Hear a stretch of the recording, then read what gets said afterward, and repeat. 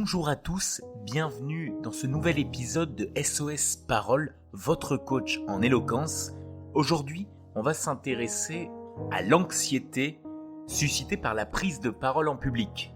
Mais avant ça, vous êtes de plus en plus nombreux à écouter le podcast. Je vous en remercie vivement et je vous invite sur Apple Podcast, sur Spotify, à vous abonner et surtout à laisser une petite note avec ou sans commentaire, ce qui me permet de booster ma visibilité, mais surtout de vous lire. Et ça, c'est important pour moi. Alors prenez 5 secondes pour noter ce podcast.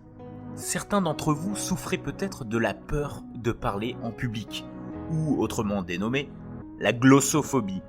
Vous découvrirez dans cet épisode 10 causes d'anxiété liées à la prise de parole et de puissants conseils pour parler avec confiance. Eh bien oui, puisque votre objectif c'est d'attirer l'attention la prochaine fois que vous ferez un discours. Saviez-vous d'ailleurs que l'anxiété liée à l'élocution, à une prise de parole, est la peur la plus souvent mentionnée par les gens, plus que la mort. Pour être plus juste, la peur du vide, des insectes et des eaux profondes sont également au-dessus de la peur de la mort dans l'enquête qui est toujours citée en référence, celle tirée du Book of Lists qui reproduit en 1977 une enquête réalisée 5 ans plus tôt par Bruskin Associates et qui donne le classement complet des 14 pires craintes de l'homme. La première, celle de parler devant un groupe. Puis, comme je le disais, celle du vide, des insectes, des problèmes financiers, des eaux profondes, de la maladie, de la mort en 7e position, la peur de l'altitude, de la solitude, des chiens, de la conduite en voiture, de l'obscurité, des ascenseurs et des escalators. Voilà, comme ça vous connaîtrez les 14 peurs les plus fréquentes des êtres humains. Donc sachez que si vous craignez plus de parler en public que de monter dans un escalator, vous n'êtes certainement pas seul. Le trac dû à la prise de parole en public figure toujours en bonne place dans le monde entier sur les listes des choses que les gens préféreraient ne pas faire. Mais qu'est-ce qui provoque spécifiquement ce type d'anxiété sociale ?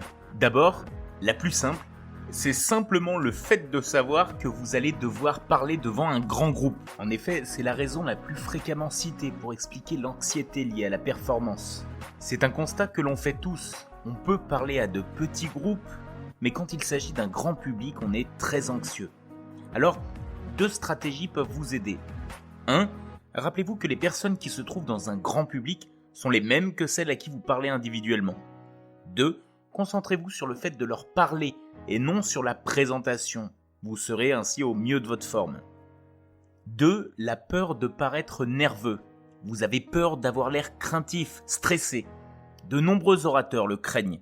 Il est donc facile de croire que si le public voit ces nerfs, il pensera que vous ne connaissez pas votre sujet. Bien sûr, les deux ne sont pas liés. Lorsque vous voyez qu'un orateur est nerveux, vous compatissez plutôt que de porter un jugement sur le professionnalisme de cette personne. Au contraire, votre public vous témoignera de la sympathie et non de la résistance. 3. Vous craignez que les autres vous jugent. Or, si ce public est dans l'audience, c'est bien pour tirer quelque chose de votre conférence, de votre présentation ou de votre discours.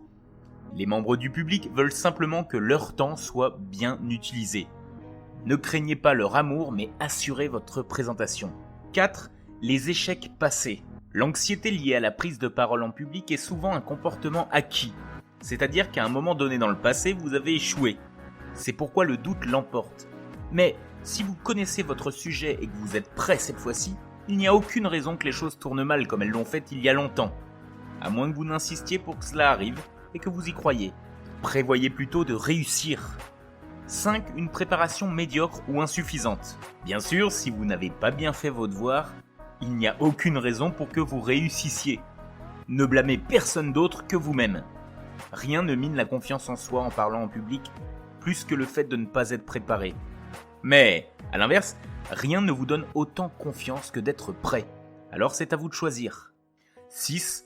Pour intéresser les autres, continuez à écouter mon podcast. Ok, j'avoue que c'était le troll de la liste, je continue. 6. Le narcissisme. Vous ne pouvez pas influencer les autres en étant absorbé par vous-même. C'est simple. Alors tournez ce projecteur et illuminez vos auditeurs. Vous n'avez pas d'importance, ce sont eux qui comptent. le sentiment d'insatisfaction par rapport à vos capacités. Alors ok, c'est une préoccupation légitime, mais c'est aussi l'une des 10 causes les plus faciles à résoudre. Vous devriez vous sentir insatisfait si vos capacités d'expression orale sont inférieures à la moyenne. Mais l'insatisfaction peut être un excellent stimulant. Entraînez-vous, formez-vous, améliorez vos capacités oratoires par des exercices simples, comme je vous en donne dans ce podcast, et cette insatisfaction ne devrait plus barrer votre route. L'inconfort avec votre propre corps. Comment se fait-il que nous soyons tous à l'aise physiquement avec nos amis, mais gênés et maladroits devant un public ? Le plus simple et efficace des conseils, c'est d'être vous-même. Détendez-vous. Entraînez-vous à vous tenir droit ou à bien vous tenir lorsque vous êtes assis. Entraînez vos gestes, puis recréez ce mouvement naturel avec un public plus large. Avant-dernière cause d'anxiété, ce sont les mauvaises habitudes de respiration. Si vous n'avez jamais reçu de formation d'acteur ou de chanteur, vous ne savez probablement pas comment respirer pour parler. Or, la prise de parole en public nécessite plus d'air que la respiration végétative. De plus, vous devez contrôler votre expiration pour maintenir le son jusqu'à la fin de votre idée. La respiration diaphragmatique est le moyen de faire tout cela. C'est aussi un bon moyen de calmer votre cœur au galop. Je ferai un petit épisode dédié à la respiration et aux exercices qui m'ont moi-même aidé à mieux m'exprimer. J'ai toujours eu tendance à débiter mes idées sans me soucier de ma respiration, or, c'est très important. Enfin, dernier point, se comparer aux autres. Arrêtez de le faire.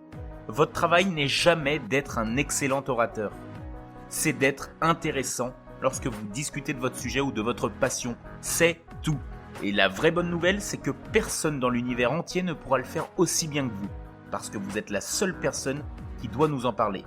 C'est tout pour cet épisode dédié aux 10 causes d'anxiété les plus fréquentes. J'espère que vous avez apprécié cet épisode. Si c'est le cas, n'hésitez pas à le dire sur Apple Podcasts, Spotify et toutes les plateformes en notant et commentant le podcast. Et n'hésitez pas aussi à rejoindre les réseaux sociaux SOS Parole sur Instagram et Facebook. J'espère que chaque semaine, vous vous rapprochez de votre objectif, celui d'intéresser les autres.